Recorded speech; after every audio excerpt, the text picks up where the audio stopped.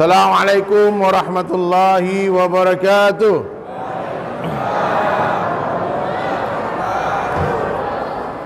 Innal hamdalillah nahmaduhu wa nasta'inuhu wa nastaghfiruh wa nu'minu bihi wa natawakkalu alayhi wa na'udzu billahi min shururi anfusina wa min sayyiati a'malina. من يهده الله فلا مضل له ومن يضلل فلا هادي له أشهد أن لا إله إلا الله وحده لا شريك له وأشهد أن محمدا عبده ورسوله لا نبي بعده. قال الله تعالى في القرآن الكريم أعوذ بالله من الشيطان الرجيم بسم الله الرحمن الرحيم الذي خلق الموت والحياة ليبلوكم أيكم أحسن عملا. وقال النبي صلى الله عليه وسلم كل أمتي يدخلون الجنة, seluruh umatku akan masuk surga, amin. Illa man aba, kecuali yang tidak mau. Jadi nanti yang masuk neraka itu siapa? Hanyalah orang yang tidak mau masuk surga. Kalau mau pasti masuk surga. Siapa yang bilang? Baginda Rasulullah SAW. Semua akan masuk surga kecuali yang tidak mau. Heran sahabat-sahabat lalu bertanya kepada Rasulullah, "Qila wa ma ya'ba ya Rasulullah?" Siapa orang yang tidak mau masuk surga ya Rasulullah?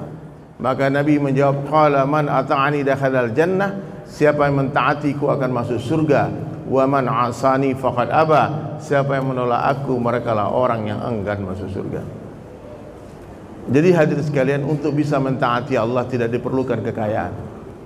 Banyak orang kaya Pak, nggak pernah ke masjid, tak mampu mentaati Allah. Untuk bisa mentaati Allah tidak diperlukan pangkat dan jabatan. Coba tengok berapa banyak pejabat-pejabat tidak pernah kita lihat dia subuh di masjid.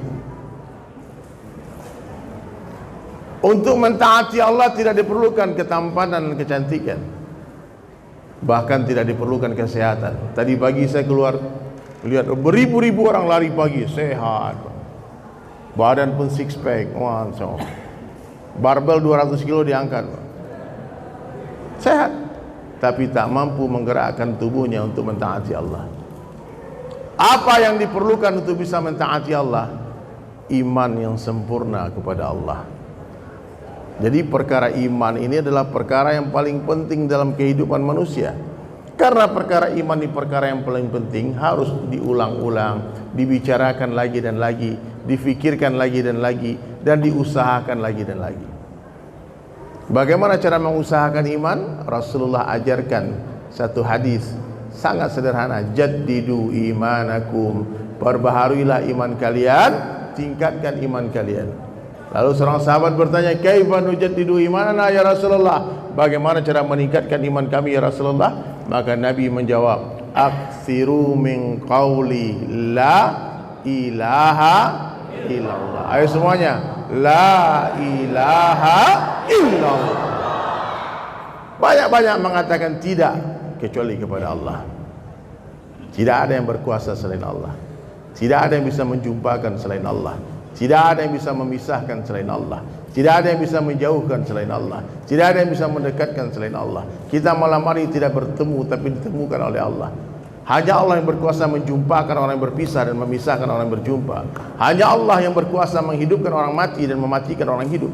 Satu dunia orang bunuh kita pun tak akan mampu tanpa izin Allah. Satu dunia orang mau selamatkan kita pun tak akan mampu tanpa izin Allah. La ilaha illallah. Sekuat apapun kita menolak, bila Allah katakan datang, dia pasti akan datang.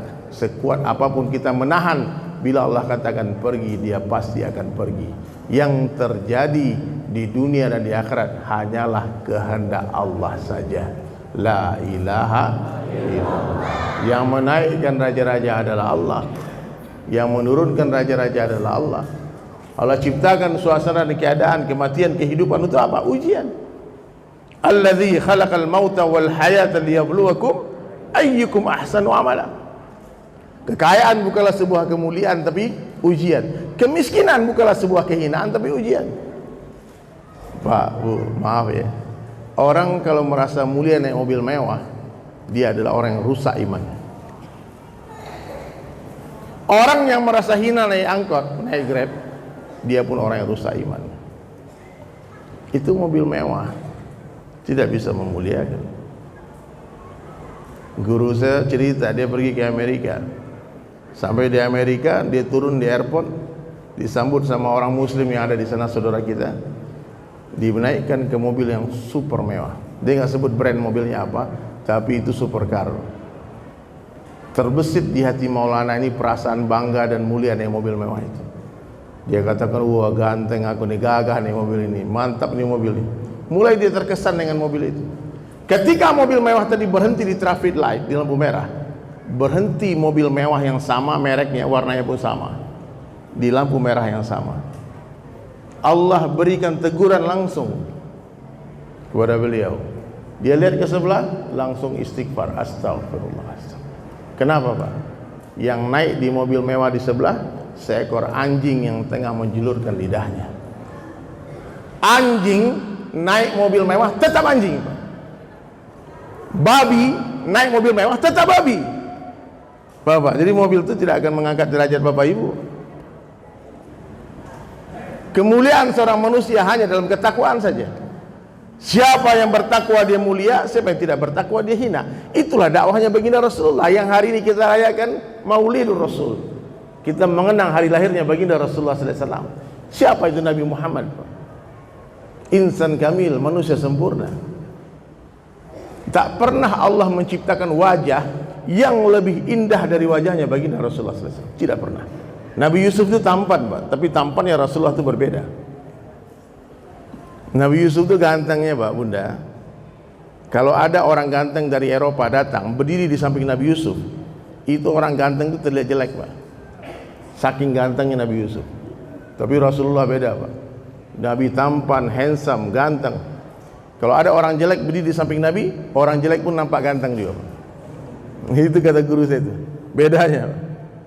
Cahaya Rasulullah SAW menerangi dunia beserta isinya sudah 1400 tahun lebih. Sampai hari ini Pak, masih ada yang tergila-gila mencintai Nabi. Menyebut namanya saja pahalanya begitu besar, apalagi menghidupkan sunnahnya, apalagi buat kerjanya, melanjutkan kerja Rasulullah SAW. Bapak Ibu tahu apa kerja Nabi? Dua saja.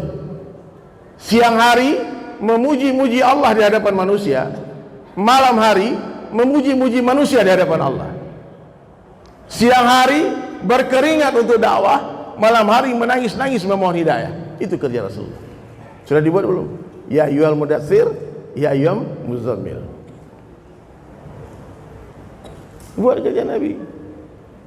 23 tahun kenabian, 13 tahun di Mekah, 10 tahun di Madinah, terkumpul 124.000 orang sahabat dan sahabiah ketika Hajatul Wada. Berapa orang terkumpul Pak? 124.000 orang. Downline-nya Rasulullah SAW. Sekarang Bapak ada berapa tahun berdakwah Pak? Ada 124.000 di bawah kita. Coba berdiri yang pernah mengislamkan 1.000 orang ada selama hidup di dunia. 100 orang, 10 orang, bahkan 1 orang pun mungkin banyak yang belum pernah. Bukan karena Bapak bodoh, tidak, tapi karena memang belum ada yang diajak Pak. Jujur aja. Selama hidup di dunia sudah berapa orang Bapak Ibu datang kepada orang non muslim, tawarkan Islam kepada mereka? Pernah? Kalau Bapak ajak 1.000 orang Pak, saya yakin minimal 100 masuk Pak. Tapi kalau pengalaman saya, dari 1.000 orang yang saya ajak, 900 masuk Pak. 100 terima kasih. Dan saya belum pernah jumpai sekalipun orang yang saya ajak masuk Islam marah, belum pernah. Semua bilang thank you brother, thank you, thank you, makasih Bang, sudah ajak saya. Coba lihat podcastnya Bang sama itu, sama orang-orang non muslim, Daniel Mananta saya ajak, atau Deddy Sumargo saya ajak masuk Islam. Semua makasih Ustaz. Si Coki, Pak Dede yang ngaku ateis, saya ajak masuk Islam. Oh terima kasih Ustaz, mengajak saya, terima kasih Ustaz. Tidak ada yang marah Pak. Cuma pertanyaan, apa yang menghalangi kita berdakwah Pak? Apa yang menghalangi Pak? Understanding, yufaqihu fiddin, lemah di kepala kita. Kita pikir agama itu cuma sholat, zakat, puasa, haji, umroh. Orang merasa berdosa kalau nggak haji, Pak. Orang merasa berdosa kalau nggak pergi umroh, merasa berdosa kalau nggak sholat, merasa berdosa kalau nggak puasa, merasa berdosa kalau tidak bayar zakat. Tapi ada nggak yang merasa berdosa kalau nggak dakwah? Katanya cinta Rasulullah. Apa itu dakwah? Bukan ceramah. Ini cerita ramah-ramah. Ini mudah aja gara lidah. Anak bapak ini saya ajarkan seminggu bisa ceramah. Mudah nih bicaranya, Pak. Dakwah itu, wa man ahsanu qaulan mimman da'a ilallah. Tanya sama Ustaz, apa makna qaulan? Seluruh kitab tafsir menjelaskan makna qaulan adalah dinan. Bisa perkataan, bisa perbuatan, bisa tulisan, bisa film, bisa lagu, bisa lukisan, bisa pakaian, bisa bangunan. Apa saja yang diniatkan untuk mengajak manusia kepada Allah, hadhihi dakwah, itulah dakwah. Dakwah bukanlah sebuah profesi, tapi apapun profesi kita, kita wajib berdakwah. Ulama berdakwah dengan fatwa-fatwanya, dengan dalil-dalilnya. Muazin berdakwah dengan azannya. Mujahid berdakwah dengan pedangnya. Pedagang berdakwah di pasar. Petani berdakwah di sawah. Nelayan berdakwah di laut. Seniman, saya seniman. Dari Sulaiman bukan kiai, bukan ustaz, Pak. Dari Sulaiman seniman yang berdakwah. Di Spotify ada 90 karya lagu saya, Pak. Semua genre, metal ada. Musik boleh metal, sholat nggak boleh tinggal. Reggae ada, dangdut. Baru kemarin rekaman sama Iwan Syahman, Pak. Yang penyanyi dangdut Malaysia itu, yang hijrah. Dia tidak cantik, dia datang ke rumah saya. Dia bilang, Ustaz Diri belum ada lagu dangdut kan? Nah, kita buat, tak apa-apa. Kata Ustaz Bakhtiar Nasir, menangkap merpati mesti dengan merpati. Nggak bisa dengan kucing, Pak. Nggak semua orang mau diceramai, Pak. Bapak bikin semua orang soleh kayak bapak ibu ini mau datang ke majelis. Banyak di luar sana, Pak. Banyak di kafe, pesta pora sekarang, Pak. Ratusan ribu orang umat Islam berkumpul di sana, Pak. Jumatan kepada sama Haji Romai Rama di pesta pora. Kalau nggak dakwah di sana, gimana nasib mereka, Pak? Nah, kita bagi-bagi tugas, Pak. Nah, maka mulai hari ini, momentum Maulid Nabi ini, saya mau mengingatkan Bapak Ibu semua, jadilah dai dan daiyah. Ajak siapa saja, di mana saja, kapan saja. Ajak mereka kepada Allah. Orang nggak perlu kenal siapa kita, Pak. Bapak nggak perlu tahu saya orang mana, Pak. Nggak perlu tahu. Yang perlu Bapak Ibu tahu siapa yang menjumpakan kita hari ini. Siapa yang menghantarkan saya ke masjid ini? Siapa? Allah, la ilaha. Jumpa pedagang, ingatkan para pedagang yang memberi rezeki Allah, bukan tokomu. Azan berkumandang, tinggalkan rezeki, penuhi panggilan zat yang maha memberi rezeki. Laki-laki yang tidak lalai oleh perniagaan dari bimbingan Allah akan dinaungi Allah di bawah naungan arsy lain nanti. Kita tidak naungi hari itu. Azan itu, Pak, tanya sama Ustaz, diteriakkan untuk memanggil para pencinta dunia. Azan itu diteriakkan pakai speaker keras-keras untuk memanggil orang-orang lalai. Karena orang yang betul-betul cinta sama Allah dan rindu sama Allah nggak perlu dipanggil, Pak. Sebelum azan dah duduk di masjid. Wah, 15 menit lagi azan, dia ke masjid. Tidak perlu dipanggil-panggil. Ini sudah dipanggil, masih meeting. Sudah dipanggil, masih transaksi, Pak. Sahabat, Pak, ketika dia membangun rumah, tinggal satu batu bata lagi diletakkan, terdengar panggilan azan Bilal, Allahu Akbar, dia tak berani meletakkan batu itu, Pak, ditaruh di tangan. Takbir. Sahabat mencangkul di sawah, saya dengar guru saya, Pak, dia angkat cangkul ke atas, terdengar azan, Allahu Akbar, dia tak berani menjatuhkan cangkulnya ke tanah, lempar cangkul lari ke masjid. Sampai di masjid pun khawatir masbuk. Abdurrahman bin Auf datang ke masjid, orang sudah mulai sholat. Dia datang ke masjid gara-gara menghitung 700 ekor unta yang datang. Sampai di masjid, Rasulullah SAW sudah takbiratul ula, sudah takbiratul ihram. Selesai sholat, dia menangis sejadi-jadinya. Dia bilang kepada Rasulullah, ya Rasulullah, maafkan saya. Kenapa? Asbab perdaganganku, aku telah lalai. Aku masbuk tadi, sampai di masjid terlambat. Maka sekarang ya Rasulullah, seluruhnya aku infakkan di jalan Allah. Gara-gara perdagangan itu, aku lalai dari Allah. Siap insyaallah ya. Mulai hari ini, Pak, laki-laki sholatnya di mana? Di masjid, 5 waktu. Bukan hanya Jumatan, Pak. Sholat 5 waktu di masjid, subuh, zuhur, asar, maghrib, isya. Ibu-ibu dorong suamimu ke masjid, jangan kau rayu-rayu sholat di rumah. Perintah sholat di rumah itu untuk perempuan, bukan untuk laki-laki. Boleh nggak di masjid perempuan? Boleh, tapi lebih baik di rumah. Kok kita tidak ada, Pak? Laki-laki tidak ada sholat fardu bagi kita. Tanya sama Ustaz, Pak. Kadang-kadang nih hujah Imam Syafi'i dijadikan dalil untuk sholat di rumah, Pak. Hukumnya fardu kifayah. Fardu kifayah itu sholat jenazah, Pak. Kalau sholat fardu, sholat 5 waktu, fardu ain untuk diri kita, Pak. Nggak boleh, Pak. Oh, tapi ini dibantah. Itu fardu kifayah, Ustaz. Bapak pernah dengar hadis Nabi sallallahu alaihi wasallam? Sungguh kata Nabi, aku ingin kumpulkan pemuda-pemuda, lalu aku akan perintah mereka mengumpulkan kayu bakar untukku, dan aku akan mendatangi laki-laki yang sholat fardu di rumah-rumah mereka, dan aku akan bakar rumah mereka. Rasulullah begitu murka melihat bapak-bapak laki-laki yang sholat fardu di dalam rumah. Tapi Nabi tak jadi, tak ada sejarah Nabi membakar rumah. Nabi cuma nakut-nakutin aja, menunjukkan ketidaksukaannya kalau laki-laki sholat di rumah. Laki-laki kalau sholat di rumah itu laki-laki solehah, kasih mau kena. Insyaallah Pak ya, mulai hari ini ya, janji ya. Saya dengar hadis ini Pak, masih metal dulu Pak, di Bali tahun 2000-an. Saya duduk di satu masjid, Masjid Ar-Rahmat. Saya dengar ada teman-teman jamaah tabligh datang, dia baca kitab Ta'lim Fadilah Amal. Fadilah Amal, ancaman meninggalkan sholat berjamaah. Saya nguping, saya nggak duduk di majelis itu, cuma saya nguping. Dia bacanya keras-keras. Nabi akan membawa ke rumah orang sholat fardu namanya. Waktu itu saya berdoa sama Allah, ya Allah, aku bersumpah, wallahi dengan namamu ya Allah, aku bersumpah tidak akan tinggalkan 5 waktu di masjid sampai aku mati ya Allah. Itu sumpah saya. Mau gak aku sumpah kayak gitu sekarang? Ayo ikuti ya. Bismillahirrahmanirrahim. Demi Allah, saya bersumpah tidak akan tinggalkan 5 waktu di masjid sampai aku mati. Betul nih, pakai demi Allah loh Pak, dengan sengaja Pak.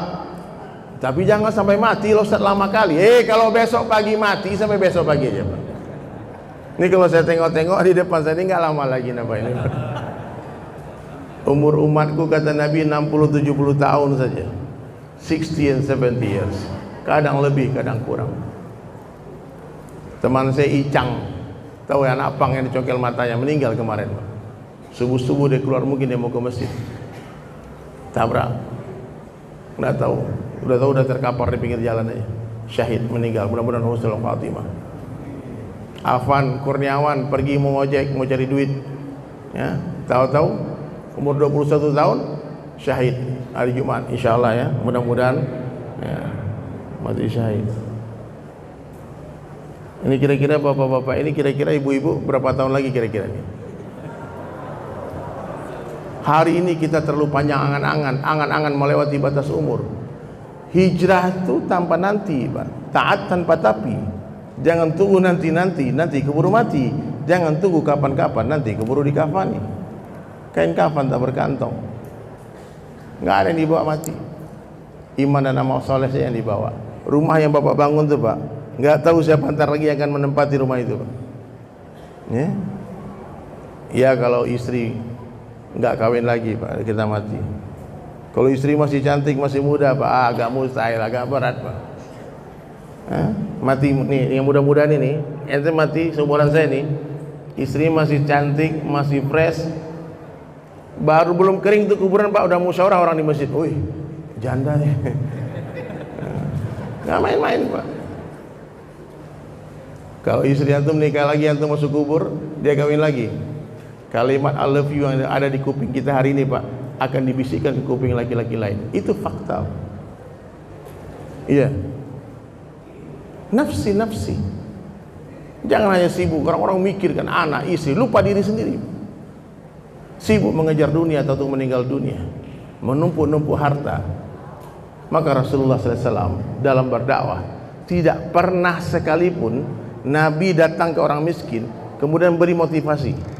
Nabi jadi motivator, kamu harus kaya. Nggak ada Pak. Nabi cuma kasih tahu, kalau kamu tahu fadilah jadi orang miskin, kamu akan minta lebih miskin lagi. Dan orang-orang miskin akan masuk surga 500 tahun lebih awal dari orang kaya. Sehingga waktu itu Rasulullah SAW berdakwah di hadapan para sahabat yang miskin kasihan melihat orang kaya, Pak. Abu Darda duduk sama istrinya, dia bilang apa?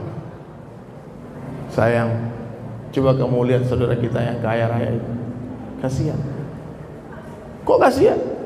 Mereka memiliki banyak makanan yang nggak pernah mereka makan, cuma mereka lihat-lihat saja. Mereka memiliki banyak rumah yang nggak pernah mereka tempati. Banyak orang punya rumah di mana-mana, Pak, nggak pernah dia datangi itu rumah. Bapak punya rumah 2 hektar rumah Bapak. Kalau tidur terlentang, yang diperlukan seluas punggung saja. Tidur miring seluas rusuk saja. Tidur tengkurap seluas dada saja. Sementara rumah Rasulullah sebesar 3 makam saja. 3 kuburan, Pak. Itu rumah Rasulullah, manusia terbaik tadi, insan kamil, junjungan kita yang kita sedang syukuri kelahirannya. Itu punya rumah 3 kuburan, Raudah itu. Ada kuburan Rasulullah, Sayyidina Abu Bakar dan Sayyidina Umar bin Khattab radhiyallahu anhu. Sekarang rumah kita sudah begitu besar, Pak, 2000 meter, 3, masih kurang, Pak. Rumah luas, hati sempit. Enggak tenang. Masuk rumah rasa masuk neraka rasanya. Iya, Pak. Banyak yang curhat kayak gitu, Pak. Ada bapak-bapak datang, gimana nih Ustaz? Aku nggak tenang hidupku. Kenapa? Setiap masuk ke rumah, aku bingung, Ustaz. Kenapa? Mana istri, mana pembantu, sama aja bentuknya, sama baunya juga. Karena rumah terlalu besar, istri sibuk membersihkan rumah, tak ada waktu membersihkan diri. Sibuk membersihkan rumah sampai-sampai tak ada waktu membersihkan hati. Maka kalau bapak bangun rumah yang besar-besar untuk istri, siapkanlah banyak khadimat, banyak pembantu, sehingga istri tetap jadi ratu. Iya, Pak. Bikin rumah besar-besar, nggak ada pembantu, akhirnya istri jadi budak di rumah itu. Kalau nggak kecil-kecil aja, Pak. Kalau rumah kita kecil, Pak, insya Allah tiap hari senggol-senggolan, Pak. Gesekan tiap hari itu, Pak. Ada teman saya punya rumah besar, Pak, mau ketemu istri janjian pakai WhatsApp, Pak. Di mana kamu? Di atas. Turun ya, dia turun, dia naik ke atas. Silakan dulu, kan ketemu lagi. Iya, berpikir bahagia. Kebahagiaan itu tidak ada hubungannya dengan kekayaan. Kalau ada hubungannya kebahagiaan dengan harta benda, dengan kekayaan, berarti Allah tidak adil. Kasihin orang miskin. Jadi di mana Allah letakkan kebahagiaan itu? Di dalam perintah-perintahnya. Siapa yang mentaati Allah pasti bahagia. Kalau ada orang kaya taat kepada Allah, pasti bahagia. Kalau ada orang miskin taat kepada Allah, pasti bahagia. Kalau ada presiden taat kepada Allah, pasti bahagia. Gubernur taat kepada Allah, pasti bahagia. Anggota dewan taat kepada Allah, pasti bahagia. Tak perlu pindah ke kota. Tak perlu orang gunung pergi ke pantai itu bahagia. Tak perlu orang yang hitam memutihkan kulitnya itu bahagia. Hari ini kan yakin, kalau kulitku putih, aku bahagia. Pakailah skincare, putih mukanya, lehernya hitam. Banyak kayak gitu. Orang bule juga begitu. Dia pikir kalau kulitnya hitam dia bahagia. Pergi dia ke Bali, pasti kan di Bali tinggal. Jam 11 dia keluar, pergi ke pantai Kuta, dia tanning namanya, Pak. Dia berjemur pakai minyak. Kalau udah hitam kulitnya, Pak, dia posting di Facebook, di Instagram, di TikToknya dia. Eksotik gitu. Yang putih pengen hitam, yang hitam pengen putih, yang rambut keriting dari bonding dilurusin, yang lurus dikeritingin.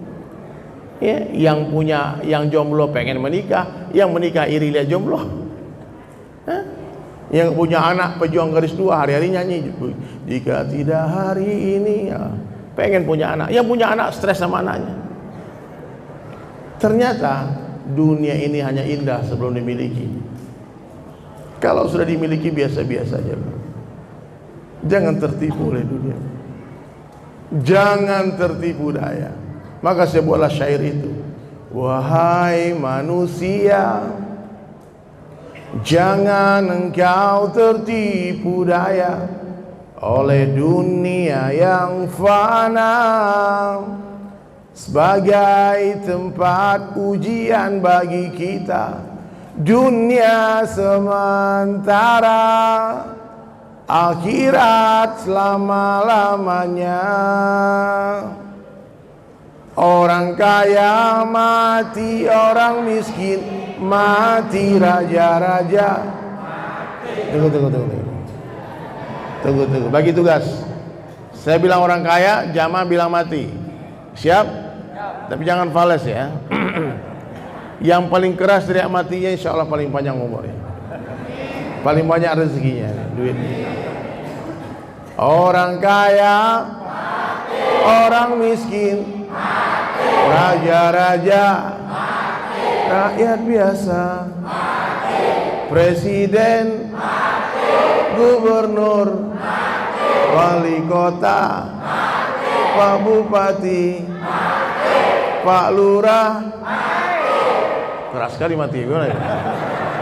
Pak camat mati, orang gendut mati, orang kurus mati. Wih, panjang lagu ini Pak, sampai subuh nggak selesai nih.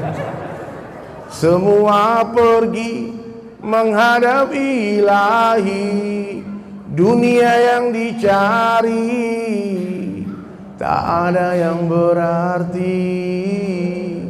Dunia yang dicari takkan dibawa mati. Sallu ala Nabi. Orang yang paling cerdas dalam pandangan Allah, kata Rasulullah, adalah orang yang paling banyak ingat mati. Coba angkat tangan siapa yang sudah beli kain kafannya sendiri. Ada? Berarti nggak ingat nih Pak. Ada Pak? Ada di TikTok tuh, ayo buruan check out, pocong-pocong ini. Saya udah beli tuh Pak, baju terakhir. Ayo buruan Pak, dijamin nyaman nih. Biar nggak ngerepotin orang Bunda, besok pergilah ke pasar beli kain kafanmu sendiri. Beli kapas tuh nutupin hidung tuh. Beli tikar, parfum, sabunnya. Semua siapkan. Apa perlengkapan untuk kematian? Fardu kifayah. Minimal bapak beli yang banyak, siapkan tuh masjid. Nanti kalau orang mati baru dipakai, dapat bawa pahalanya. Ya, karena kematian datang tiba-tiba. Dia tidak mencari orang tua, tak mencari orang sakit. Kematian mencari siapa yang telah habis rezeki dia makan. Ya. Jadi kalau orang katakan mati, mati. Lagi dengar ceramah ini bisa mati. Lagi ceramah bisa mati. Barusan tadi di jalan perjalanan ada ustadz lagi ceramah mati. Allah pastikan kedatangannya, namun Allah rahasiakan waktu, cara dan tempatnya. Tapi clue-nya Allah bagi. Bagaimana hidupmu, begitulah matimu. Orang baik insya Allah matinya husnul khatimah. Orang-orang yang husnuzon insya Allah matinya husnul khatimah. Dan orang-orang yang suuzon kemungkinan besar mati husnul khatimah. Maka saya teringat perkataan Maulana In'amul Hasan. Apa kata beliau? Sibukkan dirimu dalam urusan agama. Kalau tidak, kalian pasti akan sibuk, tapi bukan dalam urusan agama. Gunakan waktumu untuk agama. Kalau tidak, waktumu pasti berlalu, tapi bukan untuk urusan agama.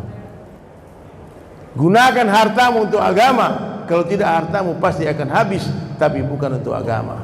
Dan matilah dalam urusan agama. Kalau tidak, kalian semua pasti akan mati, tapi bukan dalam urusan agama. Pilih cara kematiannya, yang baik apa yang buruk. Orang yang rajin ke masjid, insya Allah mati di masjid.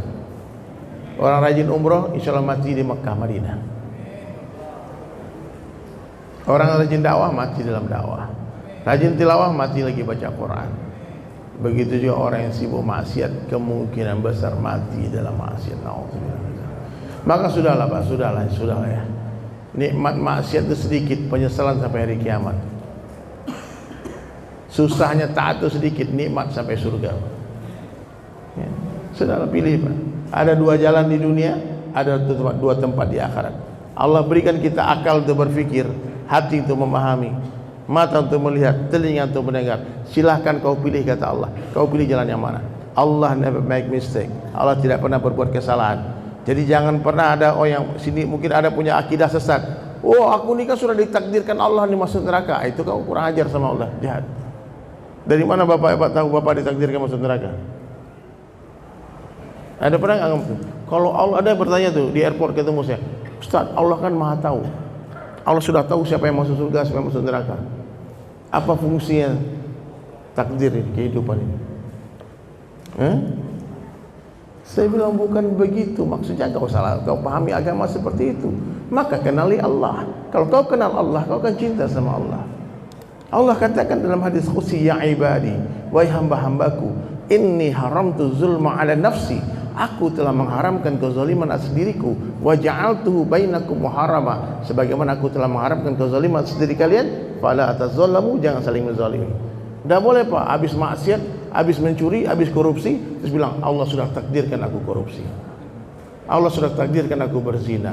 Bukan begitu Pak. Kok Bapak bangun jam 8 tiap pagi nggak pernah ke masjid? Takdir Allah, Allah yang bangunkan saya jam 8. Itu paham sesat Pak. Iya, ada yang seperti itu Pak, qadariyah. Tidak bisa. Allah beri kita fasilitas akal untuk berpikir. Silakan kau pilih, kata Allah. Selalu ada dua bisikan, dari malaikat dan dari syaitan. Kau ikut yang mana? Ya. Jadi ada dua dakwah nih, dakwahnya nabi-nabi, dakwahnya iblis laknatullah alaih. Dakwah nabi-nabi datang dengan cinta kepada umat, ya, mengajak orang masuk surga. Dakwahnya iblis datang dengan dendam, kesumat, dengan kebencian kepada manusia, ngajak masuk neraka. Pilih yang mana? Insyaallah Pak ya. Nah, jadi hadirin sekalian, mintalah hidayah kepada Allah. Ya ibadi, wahai hamba-hambaku, kata Allah, kullukum dhallun, kalian semua tersesat, illa man hadaitu, kecuali orang-orang yang aku berikan hidayah. Fastahduni ahdikum, mintalah hidayah kepadaku, aku berikan kalian hidayah. Ya ibadi, kullukum ja'i'un illa man an'amtu, fastad'imuni ut'imkum, kalian semua lapar kecuali orang-orang yang aku beri makan, mintalah makan kepadaku, kata Allah, aku beri kalian makan. Ya ibadi, kullukum 'arin illa man kasautu, kalian semua telanjang kecuali orang-orang aku berikan pakaian. Fastaqsuni uksikum, mintalah baju kepadaku, aku beri kalian baju. Pernah Bapak Ibu lapar minta makan sama Allah? Lapar ingat nasi padangan, lapar ingat warteg, teriak ke dapur, hei ada makan. Pernah Bapak lapar minta, ya Allah aku lapar, bagi aku makan? Pernah Pak? Kalau pernah Pak, pasti Allah suapi Bapak makan. Cuma kita nggak yakin sama Allah. Iya.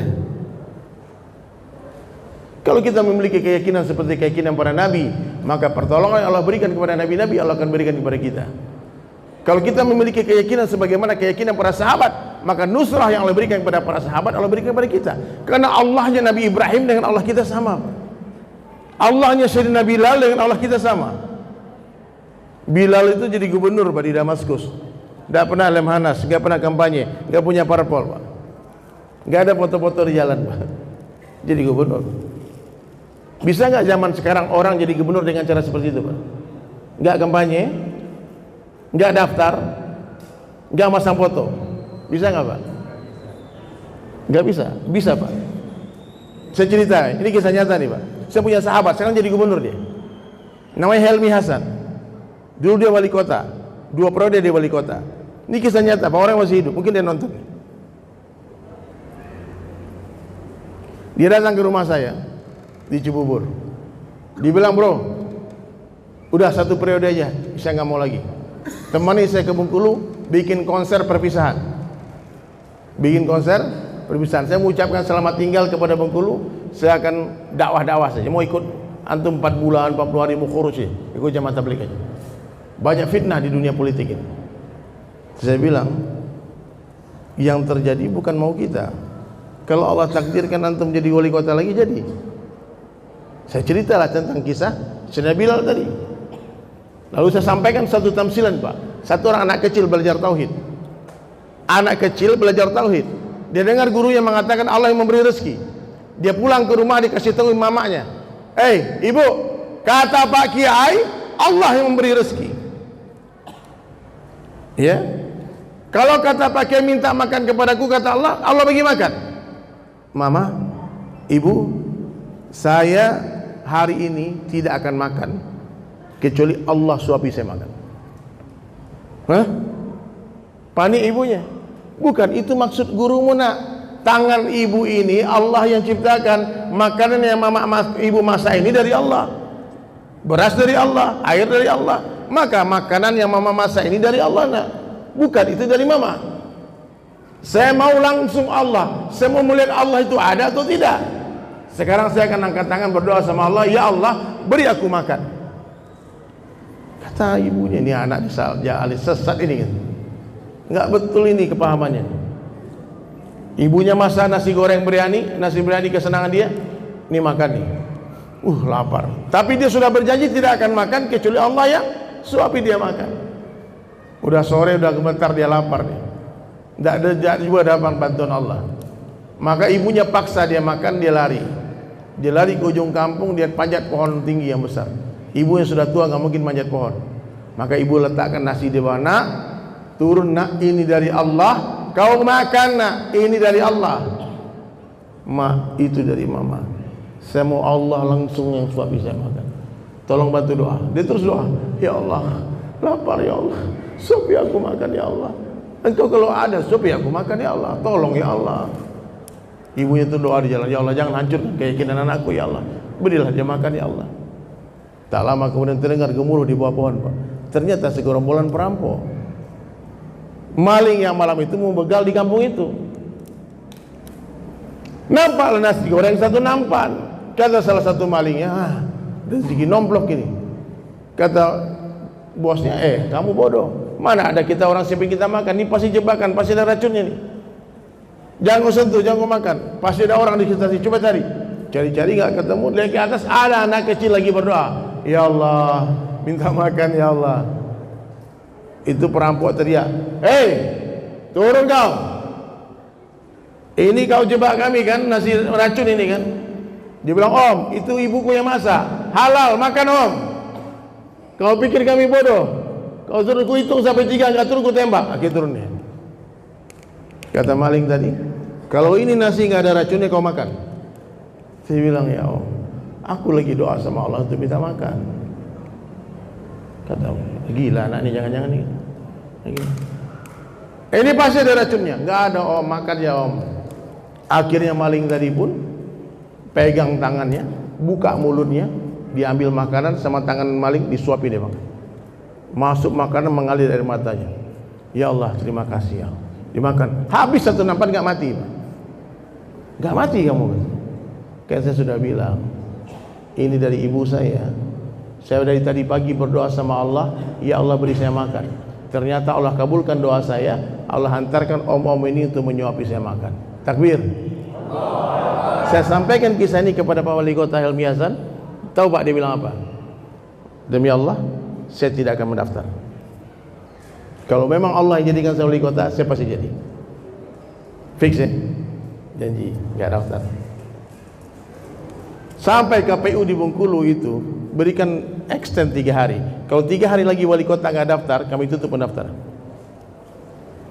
Ternyata ada orang yang begitu sayang sama dia, datang mendaftarkan dia. Saya telepon, Mir, antum suruh orang ya? Kan saya sudah bilang, saya tak suruh dia, dia daftarkan. Masuklah nama incumbent, tapi bukan atas perintah dia, bukan atas keinginan dia. Ada orang yang sayang sama dia yang melanjutkan pergi mendaftarkan nama dia. Benar ya? Nggak ada. Buktikan. Sekarang berangkat kurus 4 bulan. Dia matikan handphonenya, berangkat ke Kamboja 4 bulan. Satu manusia pun tak bisa hubungi dia. Istri nggak bisa hubungi dia, saya nggak bisa hubungi dia. Belajar mati sebelum mati. Saya pun nggak bisa hubungi. Saya panik. Dia pulang 1 minggu sebelum pencoblosan, diundang debat pamungkas, dia nggak mau datang, kata berdebat mengeraskan hati. Lalu kita bilang berdebat niatkan untuk dakwah. Dia datang, ada di YouTube.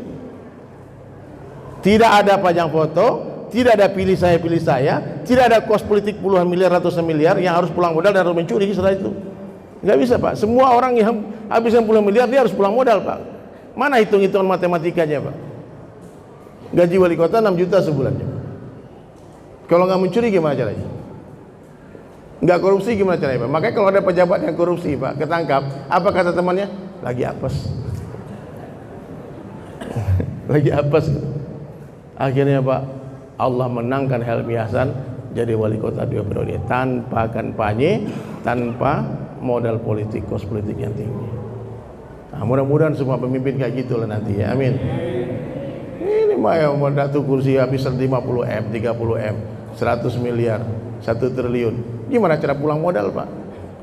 Maka jarang sekali, sedikit sekali para pejabat yang memikirkan rakyat, Pak. Dia cuma memikirkan gimana modalnya balik, Pak. Maaf ya kalau ada pejabat di sini, jangan tersinggung. Nah, itulah hadirin sekalian. Kalau Allah sudah takdirkan jadi, pasti jadi. Kalau Allah katakan tidak, ya tidak. Allah mampu membahagiakan orang biasa tanpa jadikan dia raja.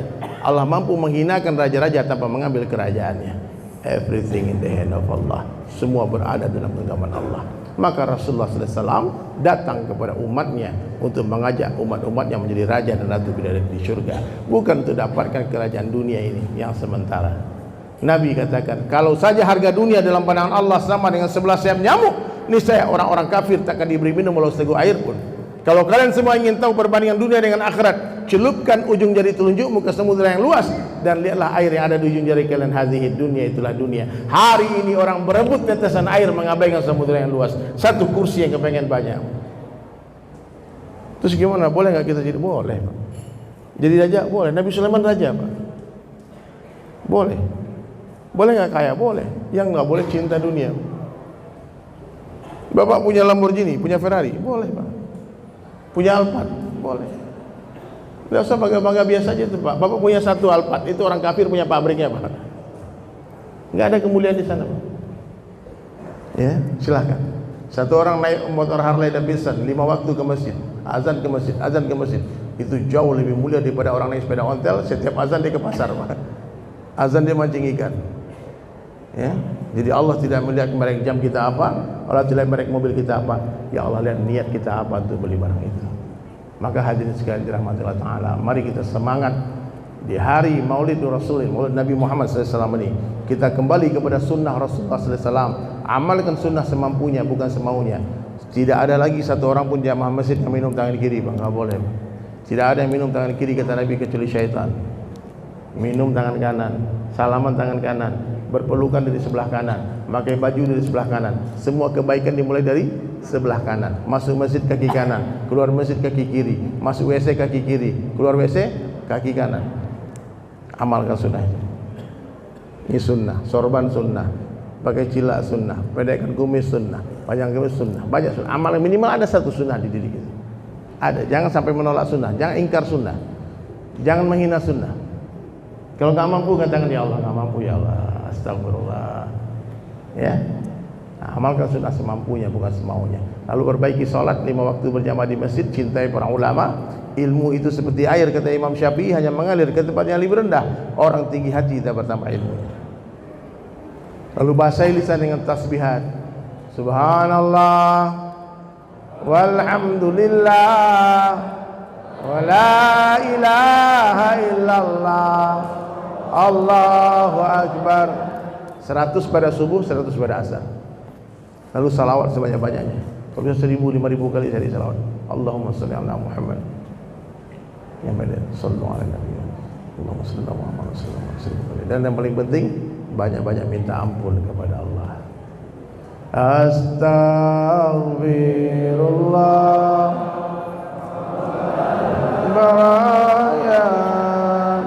Astaghfirullah minal khataya.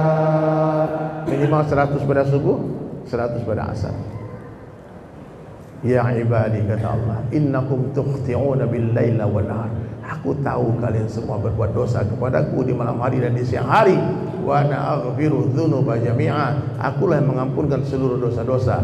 Fastaghfiruni aghfir lakum. Minta ampunlah kepadaku, aku berikan kalian ampunan. Angkat tangan, menyerahlah kepada Allah sekarang juga. Satu tetes air mata orang yang takut kepada Allah akan padamkan api neraka seluas samudra. Maka Bapak Ibu sekalian dirahmati Allah Ta'ala, mari kita perbaiki diri kita. Hijrah tanpa nanti, taat tanpa tapi. Dimulai dari mana? Dari diri kita, dari hal yang paling kecil sekarang juga. Dan jangan menunda-nunda kebaikan, karena ajal tak menunggu kita bertaubat. Kitalah yang harus bertaubat menunggu ajal itu datang. Baik, itu saja mungkin hadirin sekalian. Banyak lagi yang saya mau ceritakan. Kalau Bapak Ibu ingin mendengar lagi banyak materi-materi tausiah, silakan lihat di YouTube. YouTube saya banyak, pada ribu-ribuan tausiah di sana. Juga ada di Spotify banyak juga. Orang-orang upload silakan. Dan sekarang tidak ada alasan kita untuk tidak berilmu, Pak. Ada ChatGPT, Pak. Bapak tahu ChatGPT? AI sudah masuk Islam, Pak. Dia sudah syahadat, Pak. Ditanya sama Lili J itu, kalau ada agama sekarang kamu suruh pilih apa? Dia bilang Islam. Bisa kamu syahadat sekarang? Syahadat dia, Pak. AI. Allahu Akbar. Bapak mau tanya apa saja, dia jawab sempurna dalam hitungan detik, Pak. Boleh Bapak tanya apa saja, dia akan jawab. Jadi kalau Bapak bilang saya bodoh, saya nggak ada ilmu, berarti Bapak nggak bisa memanfaatkan kemajuan zaman. Tanya apa saja, Pak. Kitab ayat ini halaman berapa, pojok berapa, lewat Ustaz Adi Hidayat, Pak. Betul, Pak. Sempurna, Pak, hafalannya. Tuh canggihnya dunia akhir zaman ini. Jadi kalau dulu orang belajar satu ayat, belajar jalan kaki ribu-ribu kilo, Pak. Sekarang pakai jari aja. Ini bisa jadi asbab kita masuk surga, bisa juga sebaliknya. Salah ya? Jadi nggak ada alasan, Pak. Sekarang punya handphone silakan manfaatkan untuk kebaikan. Dan kemudian jangan lupa untuk belajar langsung kepada ulama, bersimpu di hadapan ulama, minta ijazah setiap amalan. Bagaimana cara berwudu? Datang, jangan boleh belajar di YouTube, Pak. Belajar wudu itu ada sanadnya. Belajar sholat ada sanadnya, semua ada sanad. Bahkan belajar baca Al-Fatihah ada sanadnya. Ya, boleh nanti Ustaz ya. Semua jamaah nanti kita cek bacaan Al-Fatihahnya. Yang nggak bisa betul, nggak boleh pulang. Bisa nggak kira-kira, Pak? Saya pernah coba tuh di masjid Sepang, nggak ada yang boleh pulang satu pan. Ternyata salah semua, Pak. Apalagi tahiyat akhir, banyak yang salah, Pak. Itu rukun sholat, Pak. Maka saya mengajak Bapak Ibu semua, mari kita sama-sama perbaiki diri. Saya punya program pesantren kilat 72 jam memperbaiki diri. Pondok pesantren kilat menuju suami soleh. Jadi ibu-ibu kalau mau suaminya jadi ahli ibadah, jadi orang soleh, suruh dia 72 jam itikaf di masjid. Itu amalan saya, Pak. Amalan sejak 25 tahun lalu, setiap hari, setiap bulan 3 hari belajar mati, 3 hari matikan handphone, 3 hari di masjid. Setiap malam Jumat itikaf, setiap hari 2,5 jam di masjid. Itu ngecas iman kita. Mudah-mudahan Bapak Ibu semua sama-sama punya pikir akhirat, amin. Karena dunia bukanlah tempat tinggal tapi tempat meninggal. Dunia adalah tempat yang akan kita tinggalkan. Dunia sebentar saja, akhirat sebentar lagi. Dunia sementara, akhirat selama-lamanya.